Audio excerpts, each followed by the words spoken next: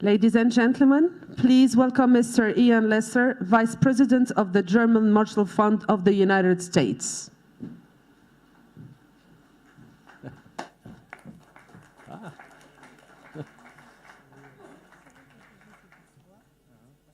Well, good morning. Good morning, everyone. It's at Atlantic Dialogues, at a really wonderful edition of Atlantic Dialogues. And for this In Focus, I know has already figured in quite a few of the debates here at Atlantic Dialogues already, and with very, very good reason, but we about it in more detail, and that is the nexus between migration, economics, and security. I think it's no exaggeration to say, I mean, certainly I'm based in Brussels, and in Brussels it's very clear. I think it's no exaggeration to say that this question is, frankly, one of the key animating issues in politics, in public debates, all around the Atlantic Basin, in fact, but especially, I would say, in the north, although it's equally troubling for the south. It's seen as a challenge, but perhaps it's also in some ways an opportunity, and we'll get to talk about that. But if I could, to panel, to have them join us on stage, please.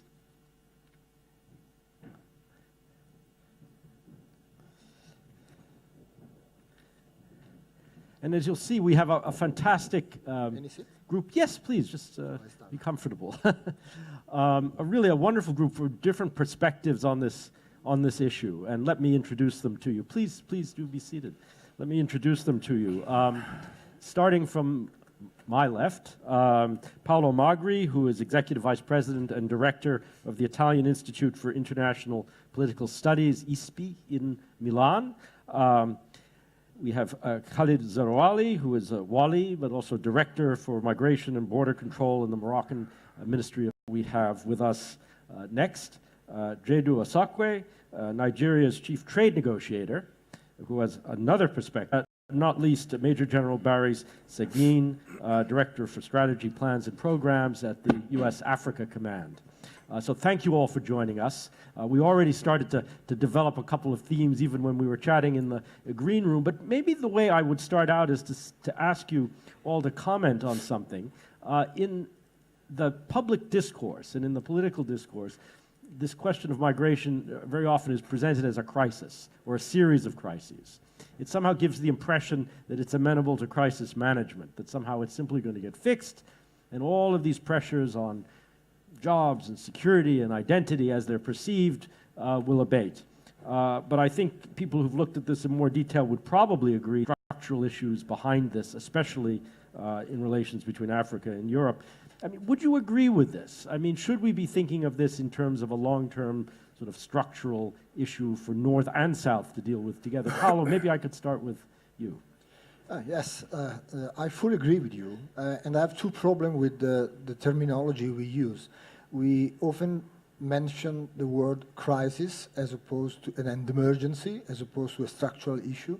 And we mention very often the European migrant crisis. And being the only European in the panel, I have to share with you some sort of embarrassment in defining and describing this as we, Europe, we are one of the largest, the richest part of the world. We have 500 million, and we received during this crisis, as you mentioned, 2 million people. 2 million out of the 20 million refugees in the world, 2 million out of the 60 million people, including internally displaced people. So all the rest goes to other parts of the world, Africa being one of the most important, in regions and countries which are weaker economically and politically, and we keep discussing the European migration crisis. But having said that, and I finish, as you said in your introductory remarks, that obviously would contribute solutions to addressing the migration problem, regardless of long-term enduring, underlining, structural, or just a crisis that runs peaks and troughs to do within the region of ECOWAS in West Africa. Deepen regional integration. If you travel between Lagos and Sema border, there are close to 53 checkpoints. Scandalous, totally unacceptable. There's a protocol for the free movement of persons, and that protocol should be implemented.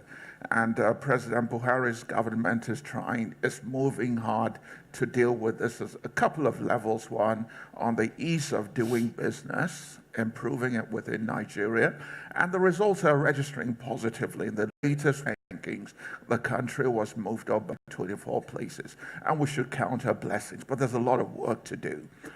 In the little known, but it should be put on the radar now, is that historically, we are working, we now being the African Union, to establish the first ever single market for trade in goods and services. And here the point would be with regard to services and a protocol for the movement of people across the continent. The more people are able to move across borders, trade in services, increase the levels of prosperity, the better it would be. And then at the multilateral level, in terms of the WTO, as you know, there are the negotiations within the framework of the General Agreement. And here you would be looking at 4, which is the movement of natural persons, both those who are skilled in terms of moving their talents and expertise across the borders, all across the world, but also those who are unskilled, just in terms of filling niche markets where the services would be needed. So to conclude on this, there is an international cooperation for trade in services angle, domestically, sub-regionally, continentally, and globally. If I could maybe follow up on that and just ask you, and perhaps Paolo, you may want to comment on this as well. I mean, is there a possibility of having a genuinely effective mobility agreement that would secure interests in labor, but regularize the flow, secure interests in remittances, which are also important to economic welfare in the South, but again, regularize the flow? There were attempts at this in Malta and elsewhere. I mean, are these things likely to work? In principle, yes, but the devil is in the detail. The economics of it is simple. It's open and shut. Take Nigeria, for example. It's hard to believe, but the second largest receipts in terms of foreign exchange earnings into Nigeria are diaspora remittances. The economics of migration and the free movement of people is open and shut. It's in the detail, and this is because it's been migration policies and the movement of natural persons in terms of both skilled and unskilled labor is all intertwined with security. There are those now who think that the greater the migratory pressures, the more people move around, the more it accentuates insecurity.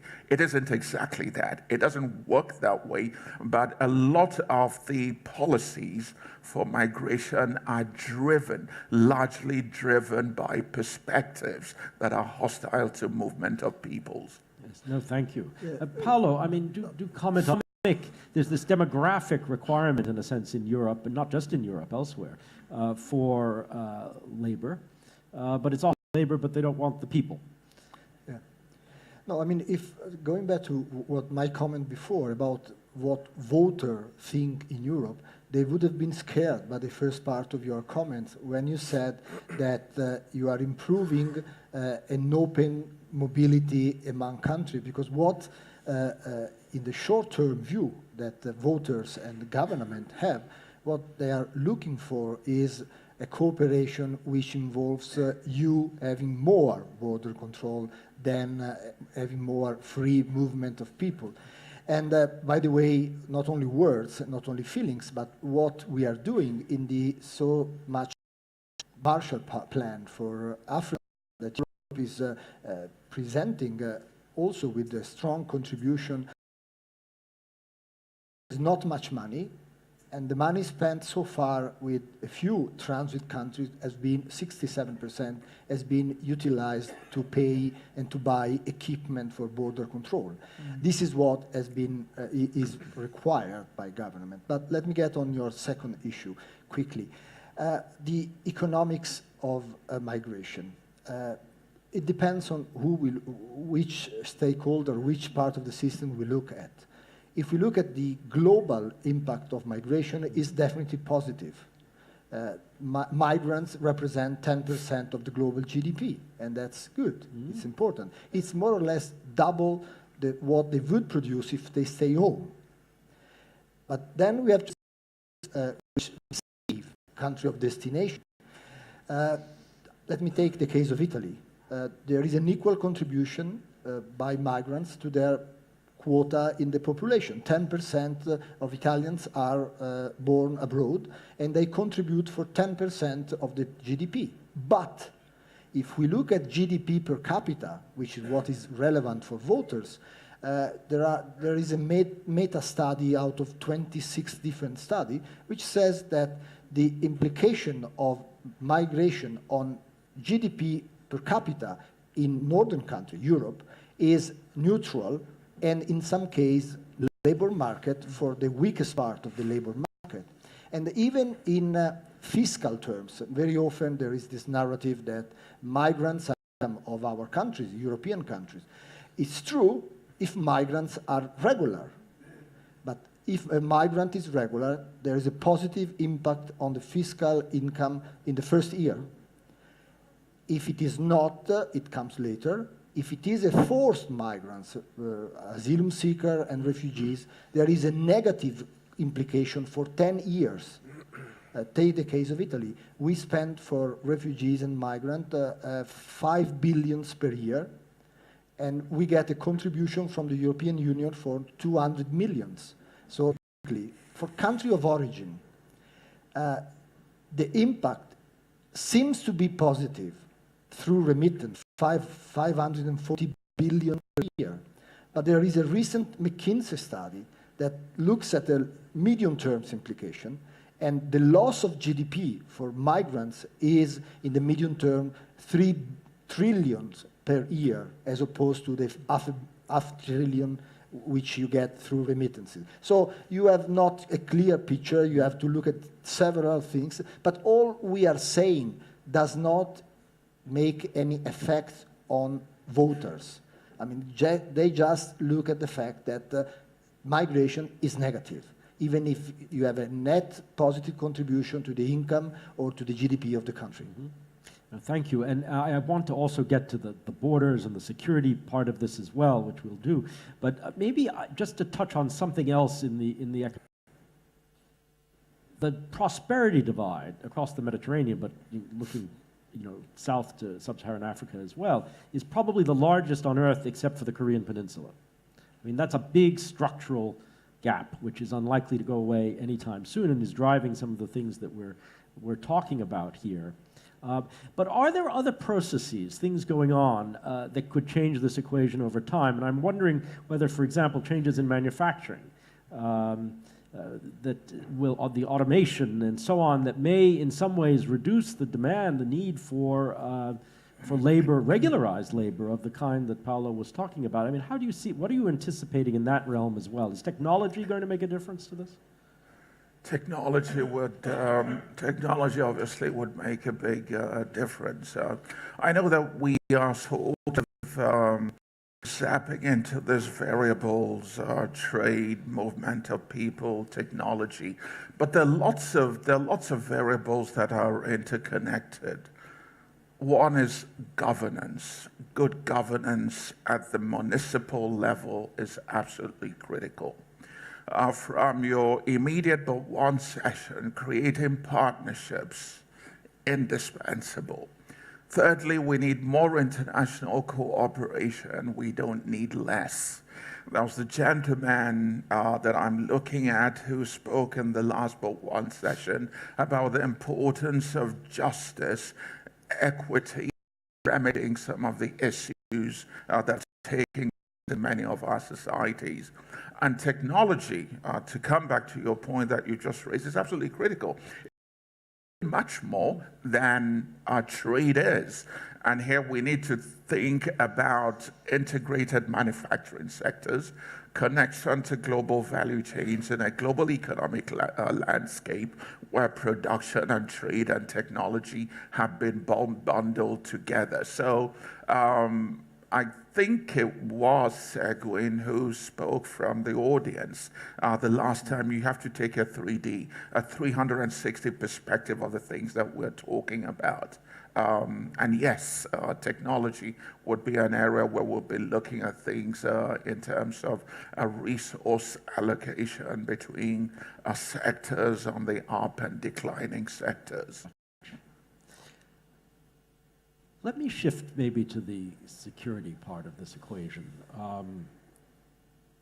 Khalid, you're, in a sense, Morocco is in the middle of this migratory system. You've traditionally been a source of migration. You're a great receiving country now. You're in the middle of these dynamics in various ways. You work closely with European partners and others on this. And you have a challenge with borders, like many others, both maritime and land. What are the dynamics that you see in your world going on now that are being driven by these phenomena? Well, I just want to, about 244 million migrants in the world. 80% are safe, orderly, and regular. So the 20% pose challenges. And when you manage the risk, you manage the impact of these 20%. So if we want to take advantage, positive advantage of migration, we need to manage the impact, the negative impact of the 20%. That's why I don't agree that there is a crisis. What is a crisis? Is an emergency situation that has not been tackled timely. So the 20% today, the challenge that poses is the interconnection with transnational organized crime. In our region, in the Sahel and Sahara region, there is no doubt Daesh and their affiliates are taking advantage of the illegal migration. How did they? Al-Qaeda elected the Sahel region in 2004. They needed finance, they needed money. Al-Qaeda back then needed about 2 million euros a month to pay salaries, to pay fuel, etc. There was cigarettes, then drugs. Then they shifted towards kidnapping of tourists. And today, they're taking advantage of migratory flows. About like the central road, migratory road that go through Libya. It used to take about 4,000 to 5,000 migrants a week. Yeah. That's a lot of money. In migrant smuggling, generates something like 400 million euros. It's an industry. That's trafficking. I'm talking just smuggling. Human trafficking is about 5 to 6 billion. When you have criminals that have so much money, that means they have resources, they have technology, they challenge states. And Morocco today can be proud to be the only country in the region that has a coherent border security. We have physical obstacles, we have technology. We are very aggressive in collecting intel to abort first human trafficking networks, but also we are very, very keen on terrorism. There is a link today. The return of migrants who went to Syria or Iraq, and they come back to conduct terrorism channels. So we are very, very aggressive in collecting intel. I'm not saying that immigration today is terrorism, but there is an intersection. During the cycle, migration cycle, from the departure to transit and to return, we've seen in some refugee camps, there is a space for radicalization also. And we have to be very careful in securing borders, but also collecting intel and make sure that the migration streams do not bring with them criminals and terrorists. And to be in the area that has a coherent strategy in terms of securing borders, but also the only, I would say, that understood that to protect, to take advantage of migration, you have to give security to the state, of course, to Moroccans, of course, but also to migrants. And that's why in 2013, His Majesty decided that we provide most illegal aliens in Morocco with residency. The fact that you have an identity, the fact that you have papers, documents, you are protected. And that's this dichotomy in our approach. Security, being tough on criminals, but also protecting victims is maybe the key elements in our success story. If I might just ask you, before we move on to the diaspora, there's a large Moroccan diaspora in Europe and elsewhere.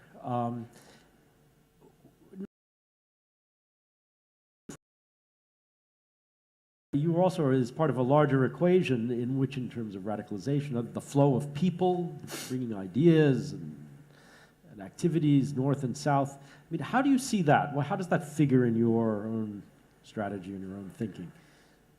Well, there is an initiative born in Morocco. We have the diaspora. We're proud of it. It's a very good vector that promotes the tolerant Islam in Europe, but also elsewhere. The idea is to how can we work on a win-win situation with the destination countries to make sure that this diaspora can benefit both sides.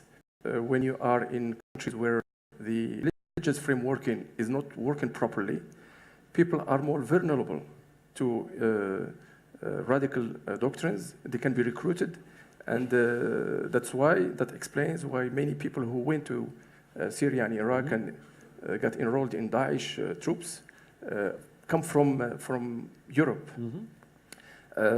We follow closely the European jihadism, and we are aware that it presents also a risk because it is the component that is less keen to be detected, since it doesn't follow the stereotype of a jihadist. But in 2 or 3 cases, we have succeeded to entrance of some European jihadists. Actually, notably, I think it's correct that the largest contingent of foreign fighters who've been involved in recent years have actually come from the North Caucasus. Sure. In fact, so it's a global problem. Paolo, you wanted to come in on this? No, I fully agree that when we discuss security on this issue, we have to put into the picture also security of migrants. Sure. Because while we discuss security for terrorist attacks, which are terrible, but involved so far, I'm talking about Europe, a few hundred people who died, a few thousand people die in the process of moving from one country to the other. But the issue of security is definitely crucial in my country. We didn't have so far any attacks, but as you mentioned, people go from Libya to Italy. So we are very concerned by this issue, and nobody can exclude that into the flow of migrants, a few return foreign fighters might jump in. But let's stick to number again, as you were trying to do. My institute has a research center on this issue, which is monitoring numbers and profile of people involved. So far in Europe, we have had 40 attacks. 65 people have been involved. Of the 65 people, the migrants were 8. That means 12%. The great majority are people of the nationality of the country. They are second and third generation of migrants. So many people say if you allow them in 2 or 3 terrorists, but the issue then moves integration, not to migration policies. Sure. The issue behind this is the quality of our integration policy, and this is a totally different issue. Sure. Chiedu, please. You know, we're dealing with a complex and a very delicately balanced spectrum and the relationship between migration, economics, and security. Where I'm coming from on this is that even in the immediate to the medium term, the solutions would have to tilt heavily on economics and trade.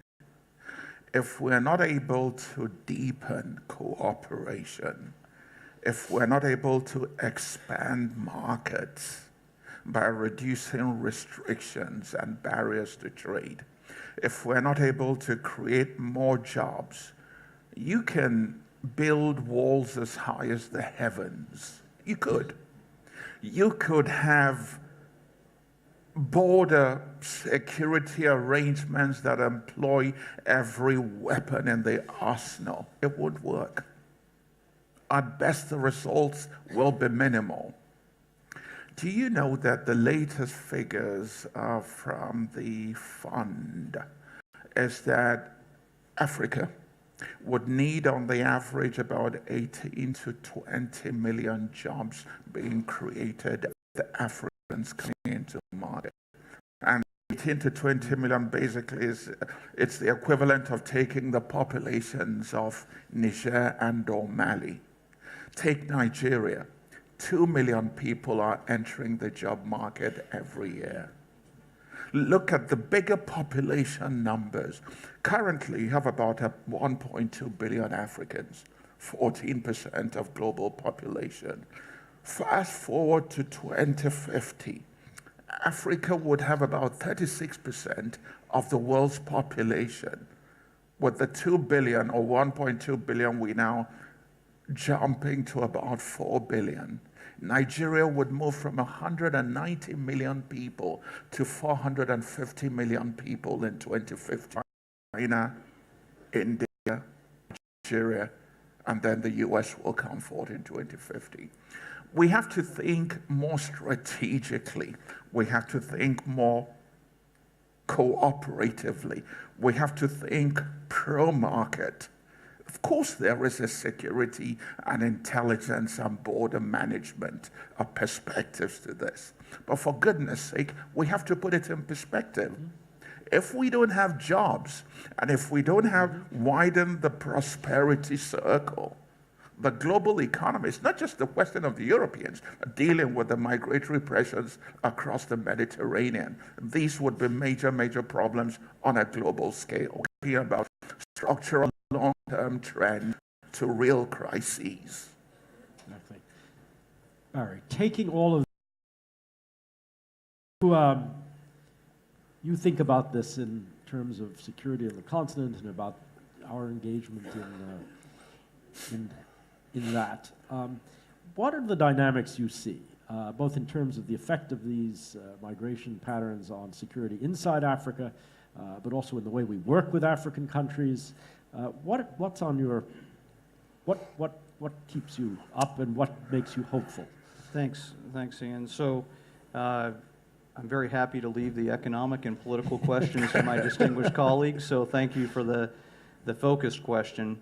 You know, at the root of what we're seeing in terms of migration isn't presenting a security concern per se. Especially the regular migration, as was talked about.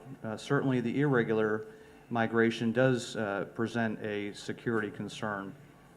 At the root is the political, the economic, the social, and the environmental insecurity that are at the origins of where the migrants are coming from. The humanitarian crisis that, you know, 85% of refugees, for example, are from only nine countries within the continent.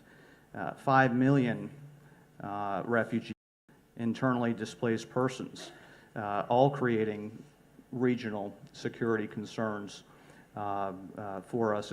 I think so. From our perspective, as a military person focused on security, and certainly from a U.S. Africa Command perspective, as we look at this, we're really looking to partner with countries in a by, with, and through way. So the U.S. remains in a supporting role, and that we're doing things that are primarily supporting countries doing for themselves and the needs that they identify, that we're helping by training, assisting, advising, and accompanying where that makes sense and is appropriate. That's the WID. Looking to do that as part of a much larger international organization within Africa itself, but also external to Africa for those that desire to partner and have interest to do so. I might point to one of the concerns that I have, and one of the ways in which we partner bilaterally with the countries that we have shared strategic objectives with, is this issue of border control. And a lot of times we in the military, with our security force assistance, tend to address symptoms and not necessarily the root causes I described them. And so the challenge for us is thinking through with our partner nation in particular, what are the second and third order security assistance that we provide, and in this very complex environment. And I would just maybe offer one anecdote in the Tunisia-Libya border issue, and the security that is certainly needed at that border, but the second and third order effects that you don't necessarily think through nor put in place ways to mitigate those second and third order effects. So yeah, both licit and illicit traffic that goes across the border are kind of an economy in and of itself. Last year, I think it was about 5,600 people involved of gasoline, of fuel, across the border to the tune of about 320 million Tunisian dinars that's been created where there's a void to otherwise provide the goods that are being traded illicitly. Well, as we help and partner to increase that border security and shut down the border somewhat, we kill the economy, and nothing's there to be put in its place. And those 5,600 or so that are involved in that economy are now looking at ways to provide for their families. And some of the ways they look at that, when you look at the migration from Tunisia in particular, is to sell what little they do have to be able to pay for a family trafficker to get a family member to Europe, to be able to, as described, provide remittances back to the family member, to the respective country. And so I'll end with, on this particular question, this really emphasizes, in my mind, the importance of 3D as I described it previously, and of the diplomacy, of the development, and of the defense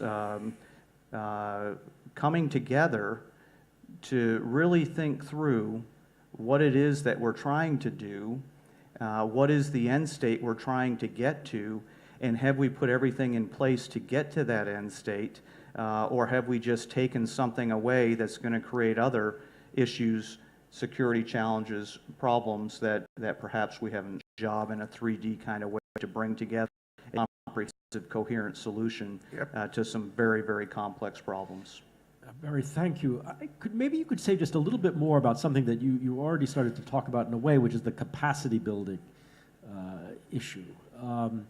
How easy is it to work with military establishments, with interior ministry establishments, whoever is involved in, whether it's about borders or control of counterterrorism, etc. Where does it work? Where does it not work? That's a great question, and I think it probably depends on what article you read as to whether or not security force assistance works overall. There's a lot of debate about that.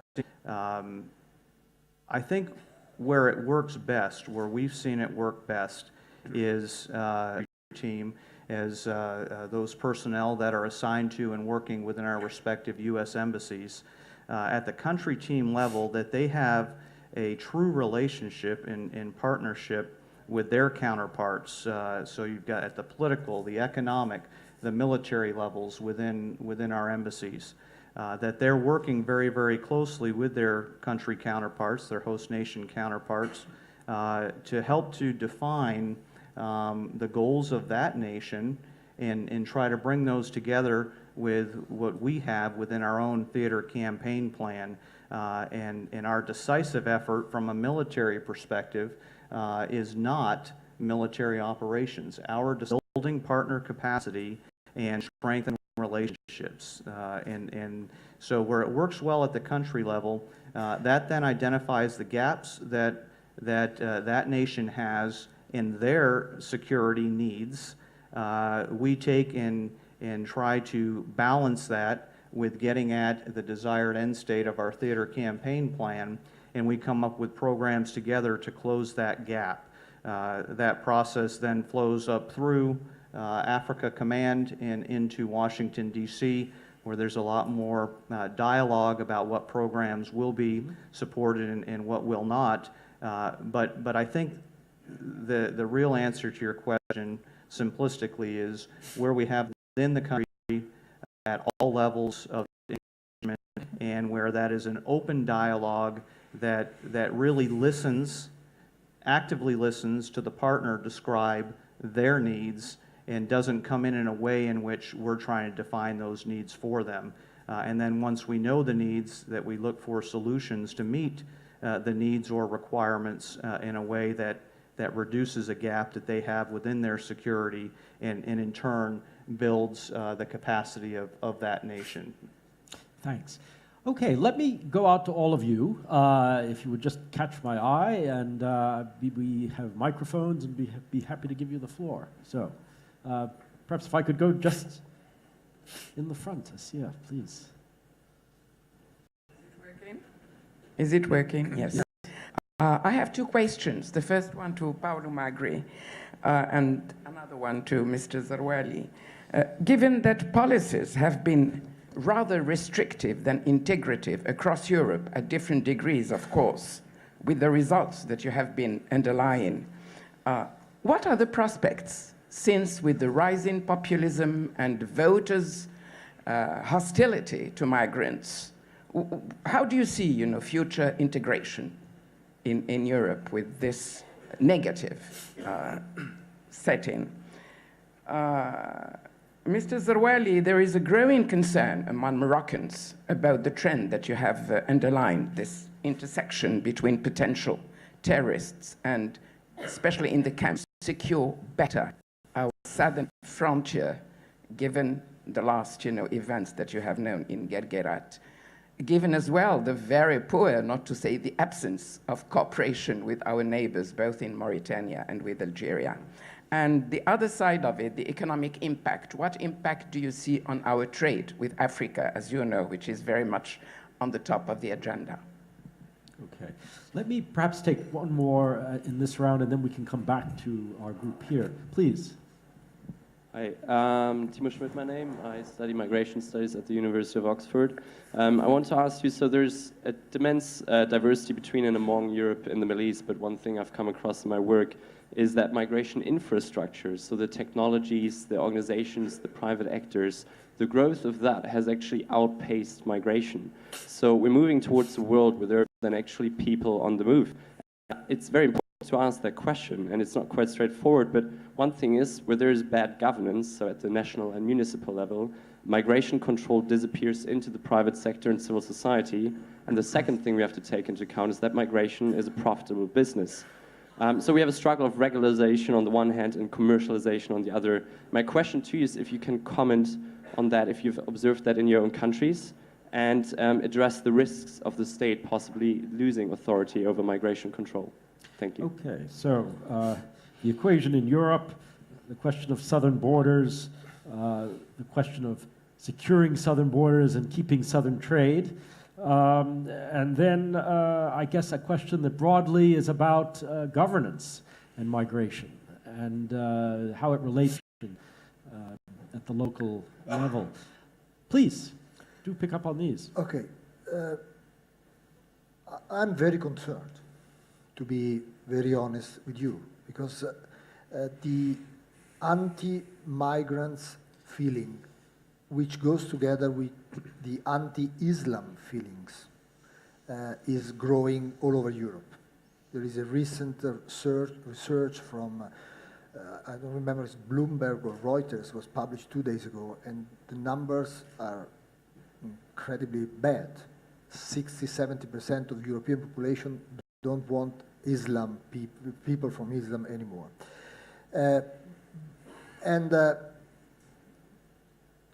New parties representing those feelings have not win yet. I mean, they are not running any country. Their influence on traditional parties which are running in coalition in Europe is very strong. So those who are very anti-migrants, anti-Islam are not running Europe, but the spillover on the traditional running parties is very strong. So I think there is an urgent need to reduce inflows. And I hope this urgent need to give a break, in a sense, does not necessarily imply deals and forgetting our tradition of human rights, and any reference to what's going on is clear in Libya or Turkey and so on. And the second issue, which is crucial, is to start, and we are trying to cooperate and coordinate. But on this, we cannot hide to ourselves the fact that when we talk about cooperation, we have a lot of contradictions. In Italy, we ask for European cooperation, but we do not cooperate within Italy. There is a fight between mayor or the other regions to take the migrants and not them. And so, but we ask for European cooperation. And Europe asks for Africa to cooperate within Europe. While we are here having this wonderful discussion now, European leaders are quarreling in Brussels on migration.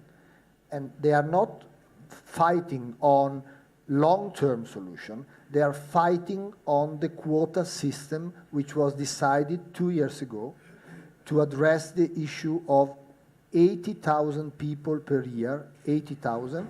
We received in 1 year 1 million, 80,000, and we decided that we should cooperate and redistribute these people. And the projected number, 16,000 have been relocated. So everybody asks for somebody else to operate within our country or region and so on. Okay. Other aspects, the southern borders. Well, actually, the eastern borders are more fragile than the southern borders. Since the 70s, Morocco has understood that danger may come from the desert. Many people say the danger can come from the ocean. So we understood since the beginning that we have to secure our southern borders. So we have today an apparatus that blocks any illegal infiltration. The West African road, migratory road, brings something like 200,000 migrants and prevent such flows from coming through Morocco. The fragile part is the eastern border, doesn't really cooperate. So what we did the same thing. Today we have an obstacle, physical obstacle with technology, and we sealed off that border. We do it because, as I said, today transnational organized crime is a logistics. It used to do drugs, arms. Today it's doing people, human trafficking and migrant smuggling. So our apparatus today deter any infiltration. We have also a sealed off coasts with a lot of maritime resources to prevent any penetration from the sea part. I think we are the exception in the region. Back in 2020, we encouraged the conference to be held in Tripoli on borders, because we understood back then that the arms arsenal from Libya will evaporate, and it may jeopardize our security. And the idea was the indivisibility of security.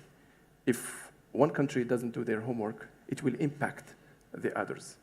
But the reality is that many people do not have the means, do not have the resources, and we, at least for Morocco, we decided to do our homework and we sealed off our borders, and we are the exception in the region today. Barry, maybe I could just, on this topic, ask you, we spoke a lot about things that were basically land-based, land borders, etc. The maritime dimension, I mean, where does this figure in your planning?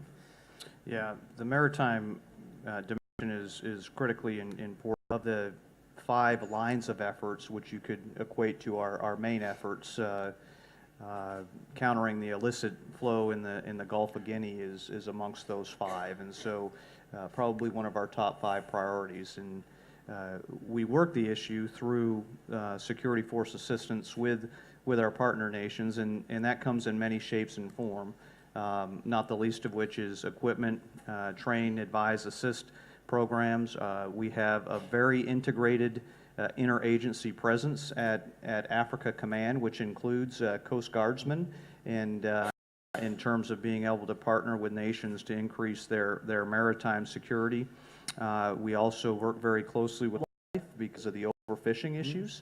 And so uniquely at Africa Command, we have about 50% of the command is civilian and only 50% are uniformed military. The rest are rounded out by our interagency. And so we really look at the maritime as also a need for a very comprehensive approach. It's not a military solution, certainly only. And so we try to integrate the expertise that we bring. And we have Department of Homeland Security resident at the command. We have the Federal Bureau of Investigation resident at the command. We conduct programs to build partner capacity in terms of investigation to maritime security. We also have Custom and Border Patrol as part of the command, and they help in the ports, in particular within the Gulf, and programs with Tanzania, for example, to help with the security at the ports themselves. And so a lot of it is, so that's the train, advise, assist, the equipment piece. And then we, another way that we institute or pursue security force assistance is through exercises. And so we have very large maritime-focused exercises that are led by the command in a multilateral way. And in some cases, we have up to over 20 and near 30 nations that participate in of the command and control required for maritime security, but also the interoperability, the patrolling out to 100 nautical mile economic zone. And so maybe to summarize, it's amongst our top 5 priorities, and we use a great variety of security force assistance methods to try to work with partner nations to build that partner capacity in terms of maritime security. Thanks. Just right here, please. Just on the aisle. Thank you. Helga Flores Trejo, former executive director of the Heinrich Böll Foundation. I have a question to Paolo. I think as you well described, you can give us the facts about the numbers, right? 2 million vis-a-vis 500 million, putting in the relation. You can give us the economic facts, really refugees cost or not. The problem is, as you well said, that it has become such a political hit to the stoking of fear around immigration.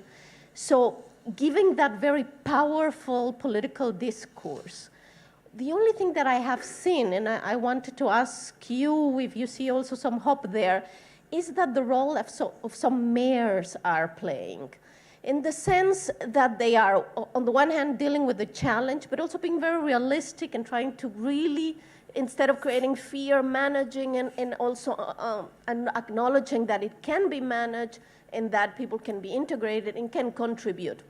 For example, the mayor of Palermo, we need to immediately give them papers, have them legally so that they don't fall prey to the mafia and organized crimes.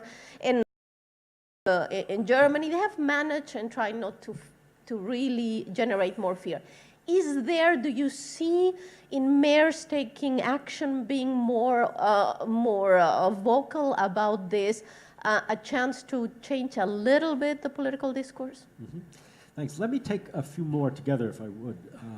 Just right over here, please. Just across the aisle, if you can. You have a microphone? Just right here, please. Thank you. Patrick Worms. Thank you, Ian. My question is also directed to Paolo. I fear that even bringing migration down to zero will not stop the rise of racist and Islamophobic populism in Europe, because that we've had to deal with were second or third generation migrants. They were co-citizens, they're Europeans, they're our people. But they're our people, they look different, and they have a different religion. And that is what populist parties are banking on.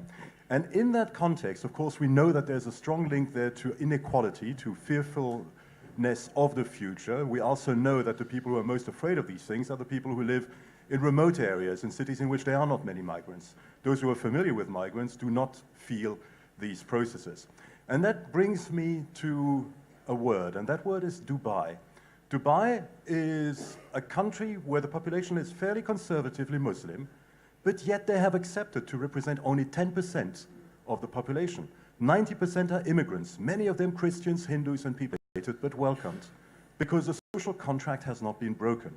Those people are allowed to come in, whether they're the CEO of a bank or a laborer working, to save money, to send it home, to buy themselves pension, to buy themselves healthcare, to buy themselves education. But if they lose their jobs, they have 3 months to find another one, or they're invited to go home. And that, of course, is combined with an extremely liberal visa regime. It's very easy to go there and to start working there. Is that perhaps an example that Europe ought to study more carefully? That we would let migrants come in on a much easier basis than we do today, on the premise that they do not have access to the social welfare states that Europeans have built up, but they do have the right to work, to save money, and to travel back and forth. Thank you very much. And just there, please. Hello. It's working? Hi. Hello. I'm Zainab. I first want to Mr. Paolo. So here is my question. How do you evaluate the amount of money you are throwing to programs in Niger?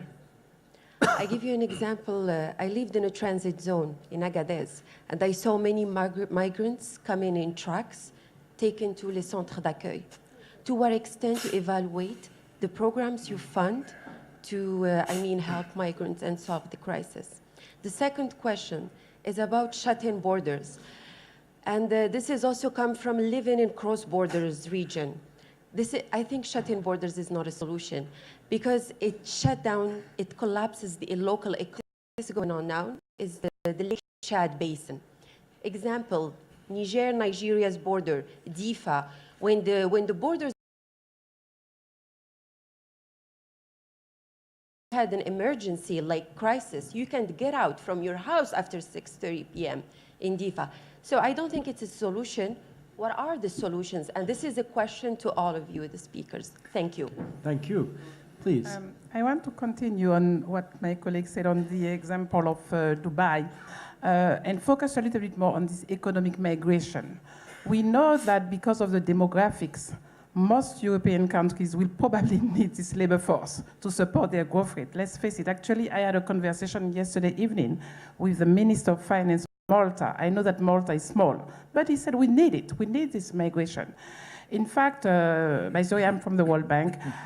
We have this program where we supported about 120 young Moroccans that are currently studying in a very pragmatic way in Germany. They are in the hotel industry, the hospitality industry, and actually this is quite nice. And we were told that Germany needs so many chefs. So what I'm thinking is that can we actually see how to strengthen this type of interaction? I think that you mentioned earlier also the diaspora. And Morocco just established, I was not long ago at an event where they created what they call the 13 regions, representing the Moroccan of the diaspora, that are actually quite successful in the technology, bring these young people, even in the remote area, in their area of origin, the technology for the job and so forth. And perhaps we need to strengthen this new narrative in terms of this positive migration, the win-win situation that Europe can get and hear and see what are the channels that we propose to support that. I want to come back 1 minute on what the General mentioned between Libya and Tunisia. It so happened that I'm in charge of these two countries. And you are absolutely right. if you change the policy in Libya to remove, you know, the subsidy on the oil price, it will affect the people in certain part of Tunisia. So now what we are looking at is at how to develop sub-regional cooperation, not through the big treaties, but between the two countries. In fact, Tunisia just asked us and other partners to help them develop in the south of Nigeria. Sorry, Tunisia. I'm saying Nigeria because I used to be in Nigeria. So just to say that your point is well to come together at the sub-regional level. Okay. Thank you very much. Please, in the front. We need to get you a microphone. There you go. No, Marcos Freitas from Brazil. I'm always surprised, Paolo, to hear 3 generations and you still haven't been absorbed. In Brazil, 3 generations, you're already Brazilian. And hardly ever you'll be able to track. You can track down if you want to get citizenship rights or dual citizenship, but besides that, I don't see people doing it. So you clearly have a cultural aspect that needs to be overcome. So what do you think could be done eventually to overcome this cultural aspect, easily absorbed, and become Italians naturally, and not go through this barrier? Isn't there a way for governments to support migrant societies so that they can take care of the migrants once they get there, so that they find a network in which they can work, and also supports a more religious, inter-religious dialogue, so these people can be more easily absorbed into the societies? Thank you. Exactly. No more. I mean, there will be lots of questions for Europe. I mean, no, you'll have a chance to come back on that. But please, if I don't want you to lose track, because Europe is a key interest here. I won't be able to. Go ahead. Please. Let me start for the last. When I mentioned 3rd generation, I was not referring to Italy. We don't have 2nd and 3rd generation. The phenomenon in Italy is is recent. The issue of 2nd and 3rd generation is France, Great Britain, and so on. And the point is, these societies need to do more, but consider that what we have seen in this limited number of terrorist attacks is that the 2 different integration systems, the French one and the British, have not worked either and have produced the same unpleasant results. European society or association do some support role, they do. It is working very much, now I talk about Italy, with regular migration. The Filipino group is very active and acts as an integration system. The Bolivian one, the same. But it's not working in the recent recent increase of flows. I mean, in these example I mentioned, Filipino and Bolivian, was a slow process along 20 years. The issue is more difficult when you get 300,000 people in 2 years. There is nobody to back them when they arrive. You have not been in Italy for many years. These are people coming from countries which had no tradition of migration in Italy before. Filipino, Bolivian, Peruvian, Ecuadorian have, and they are well established in playing that role that you mentioned. Let me now try to see if I can answer to the other question. Yes, mayors are very active players. They have 2 problems. 50% of the mayor do not accept migrants. And so the burden goes on the other 50%. This is the kind of non-cooperation which I mentioned before. But they are really trying to do something. You mentioned one case in Milano and many of them in the south of Italy, which is the less developed part of the country. And so you can do it even if you are not rich and strong. But the problem they face is that a lot of things they plan to do depends on national regulations. One of the crucial issues, is to make these people get into the job market as soon as possible. But to do that, they have to go through the asylum-seeking procedure, which takes 1 year, and then you can have you can go to court to have it revised. And while you wait for the final status of your situation, you cannot work. Some social works and to keep people active. If you keep people active, you don't get criminality. Not everything can be done by mayor, even if they are, as you said, the real front runner and the most important actor. You mentioned Dubai as a possible example. I mean, Dubai was, when all this started, in a totally different situation. It was booming, a lot of money, and a huge need to get people to do all kinds of jobs, which is not, I'm afraid, the situation of Europe now. We are not booming. We don't have that immediate need to attract people, get people for easy jobs very often. But if you sort of a think tank, and I can say nice things, and I can criticize them not running a country having to face these problems. I agree with you. I know there are a number of other people who just wanted to go in, so but maybe very, very briefly, and I'll come back to all of you, actually, because I know we need to end in actually 7 minutes. So and please be very brief. Right here, please. Hi, my name is Mohammed Zia. I'm a Fulbright scholar here in Morocco.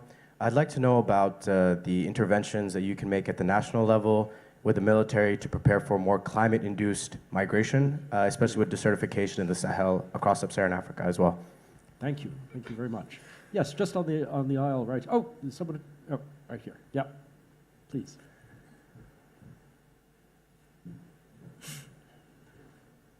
Thank you. Size, John Hopkins. Just to follow up on the question is mostly for Paolo. At the European Union level, is there any effort to follow the example of the US? In the US, when a migrant arrives, especially those seeking political asylum, once you submit your file, while it's being reviewed, they give you a work permit, so you can at least survive. There's no charge to the state, or to the local state or the federal state in that way. And if it gets revoked a year later, then they ask you to deport you, or you should leave or appeal. Is there any such effort? Because it releases a lot of the pressure on on the public funds. Thanks. Okay. Thank you very much. And I think we have time for one more. Please, it's all yours. Bonjour, mon nom est Sedi Kaba, je viens du Niger, que j'ai participé à ce débat à la fois concernant l'immigration et concernant les questions de terrorisme. J'ai deux questions. La première, c'est au collègue marocain qui a parlé de la situation au Maroc. Exactement cette préoccupation par rapport au retour des anciens d'Al-Qaïda, des anciens de Daesh a été posée au forum de Dakar et elle se pose aujourd'hui à nouveau. Vous avez bien mentionné que le Maroc a pris des dispositions pour se protéger, mais est-ce que c'est suffisant que le Maroc se protège tout seul? Est-ce qu'il ne peut pas envisager une réponse globale ou sous-régionale, sachant que parmi les personnes qui vont revenir, il y a beaucoup de Tunisiens? Est-ce que la réponse nationale suffit au plus élevé, plus régional qu'il faut envisager la réponse? La deuxième question, c'est au général américain. Vous savez qu'il y a eu en octobre, le 4 octobre précisément, une attaque sur la frontière avec le Mali. 4 soldats des forces spéciales américaines sont décédés avec des soldats nigériens. Et on a découvert qu'il y avait 800 soldats américains au Niger. Bon, le sentiment qu'il y a dans la population, c'est que font ces 800 soldats? Il y a 800 soldats américains, mais le pays est régulièrement attaqué. Il y a 1000 soldats français, le pays est régulièrement attaqué. Il y a un sentiment d'incompréhension par rapport à votre agenda. Quel est votre agenda exact? C'est l'agenda du pays? Est-ce que c'est un autre agenda? Et est-ce que pour éviter justement qu'il y ait cette incompréhension, le mieux, ce n'est pas de former suffisamment par semestre ou un exercice par an? Est-ce que ce n'est pas former massivement les armées nationales pour que elles puissent assurer la sécurité à la place de ces armées étrangères qui ont vocation à repartir tôt ou tard. Merci. Thank you. Merci. Right, we've got 5 minutes and lots of questions, but we're not going to get to them all. But give us some reflections, if you would, and maybe, General, if I could start with you. Okay, thanks. Maybe back to just a couple questions that were asked previously that I don't think were sufficiently addressed. This issue of shutting borders. From our perspective, shutting borders is the right solution. I get back to my own personal experiences as a young boy growing up in a small state of Vermont, having very liberal ability to go back and forth to Montreal and to Expos games and to the Granby Zoo, et cetera, and then first assignment on the Mexican border and being able to do the same. Well, things changed for us on 9/11 because we certainly realize and recognize that violent extremist organizations, criminal organizations don't respect borders. And so while shutting down is not the answer, certainly we believe in partnering with countries so that they can better both patrol their borders, and that occurs in a variety of ways, not the least of which is helping to fill gaps and provide assistance, for example, in intelligence, surveillance, and reconnaissance. But to be able to assist them in terms of having more regulated borders and more enforceable borders, not necessarily to shut them down, the procedural aspects, if you will, of cross-border economy and free movement of people with the appropriate lawful regulated border crossing implementations. So one question was about intervention at the national level with the military. I think it's got to be measured, and it's certainly got to keep the partner nations' needs in mind.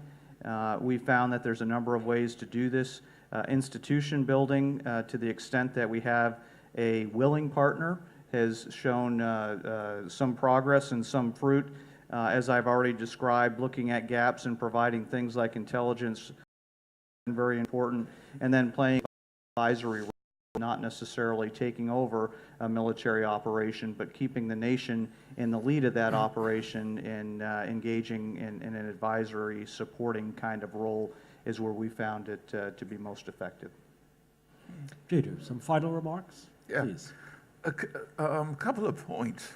I was actually quite concerned as our discussions evolved that the preponderance of questions, comments, and observations tilted and targeted and pointed at Europe as if Europe held a magic wand to the problem. It doesn't. I think this is looking at this wrongly. Europe, as it is, could provide all the solutions. I think this is as a chimera. The starting point is that the solution must revolve around acceptance of responsibility by individual countries, and largely in Africa. This is a position, and this is a firm position that we've reached in Nigeria, that we in Africa must accept greater responsibility. For what? Domestic institutional policy and structural reforms, improve the ease of doing business, deepen regional cooperation. Our colleague from the World spoke, and I believe someone else, that 1,500 kilometers of border between Niger and Nigeria of trade infrastructure, connectivity infrastructure, facilitating investment, facilitating the movement of persons. So the evolution of our conversation this morning to suddenly believe that Europe held a magic wand, trap. It's not going to work, and it won't work. Europe isn't the problem. Of course, there are things that they could do a little bit better here, a little bit better there, but Europe doesn't have the magic wand. If we speak of magic wands, that magic wand is in Africa.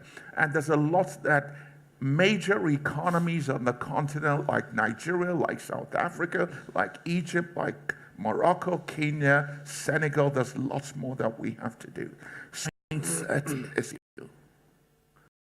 Our leaders on the continent, on this continent, must help to banish that perspective that there is an El Dorado out there in Europe or North America or in Asia. We who have lived abroad for so long know that that El Dorado does not exist. It simply isn't there. And so our leaders on the continent of Africa have to be less political, even though I know democracies and you have to vote, but there has to be greater technocratic leadership to tell stories and develop narratives that the solutions and the angels are within. And the El Dorados are within, they're not outside. The final point has to do with this question about border management and silos and, self-contained, sealed national entities. It bothers me. If you look at the Maghreb, and I heard all the comments at the president's session, the zone for prosperity and the potential for growth will be in Africa, in sub-Saharan Africa. And this is why many of our North African brothers and sisters are now looking to accede to many regional economic communities in sub-Saharan Africa, like ECOWAS. And by the way, we welcome it. We do welcome it. So talking on the one hand about sealing, stopping the infill security folks, but on the other hand, the trade counterparts I deal with, very good guys, very good folks, talking about acceding to the regional economic communities, sub-Saharan, which is where the prosperity lies. I think this is the future. So restructure cooperation, improve leadership, less political, more technocratic. For God's sake, take the brakes and pressure off Europe. They are part of the solution. They aren't the problem. And poor Paolo needs some help. I was going to say, you've saved him. Khalid, please. Well, I think just for going back to shutting borders, we shut the borders in the face of criminals.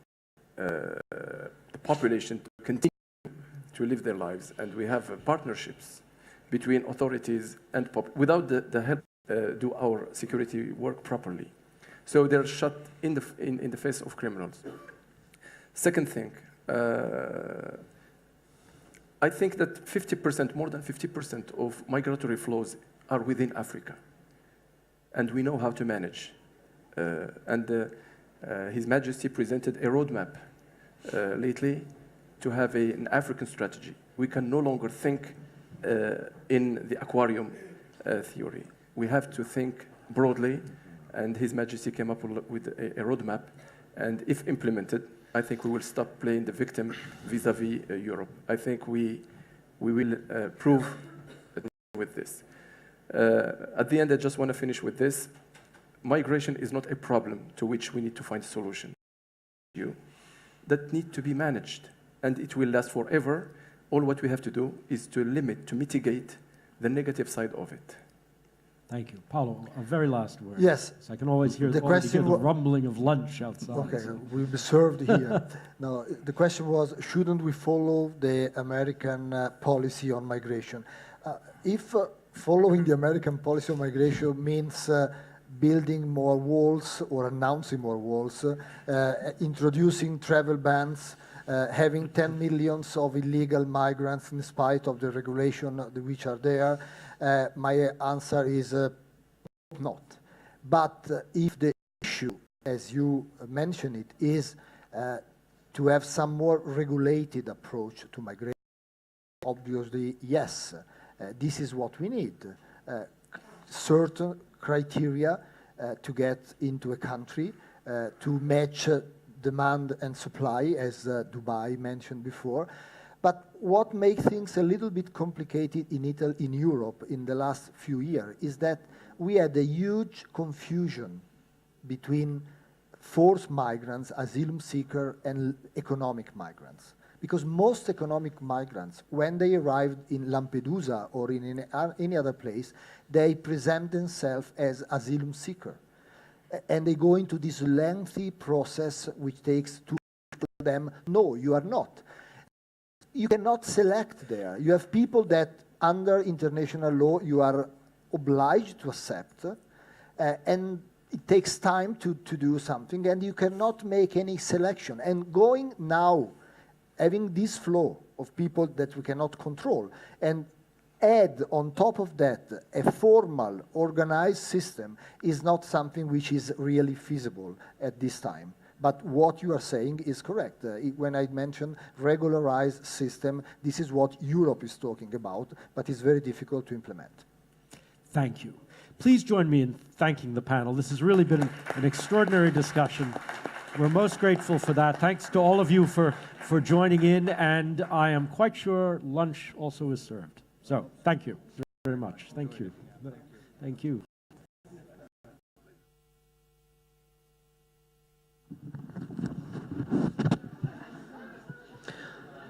Ladies and gentlemen, thank you for your attention. Please enjoy your lunch. We will reconvene at 2 sharp.